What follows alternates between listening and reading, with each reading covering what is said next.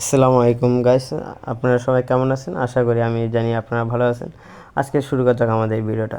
আমি যখন সৈয়দপুর স্টেডিয়াম মাঠ থেকে খেলা দেখে যখন বাসায় ফিরতেছি, যখন সৈয়দপুর কলেজ মাঠের সামনে দেখতে পেলাম এক গাছের উপরে ঘুঘু পাখির বাসা। তখন ঘুঘু পাখিটা আমার মাথায় পড়ছে, তখন আমি উপরের দিকে দেখলাম। দেখার পর দেখতে ঘুঘু পাখি দুইটা দেখা যাচ্ছে, কিন্তু ঘুঘু পাখির বাসাটা ওটা দেখা যাচ্ছে না।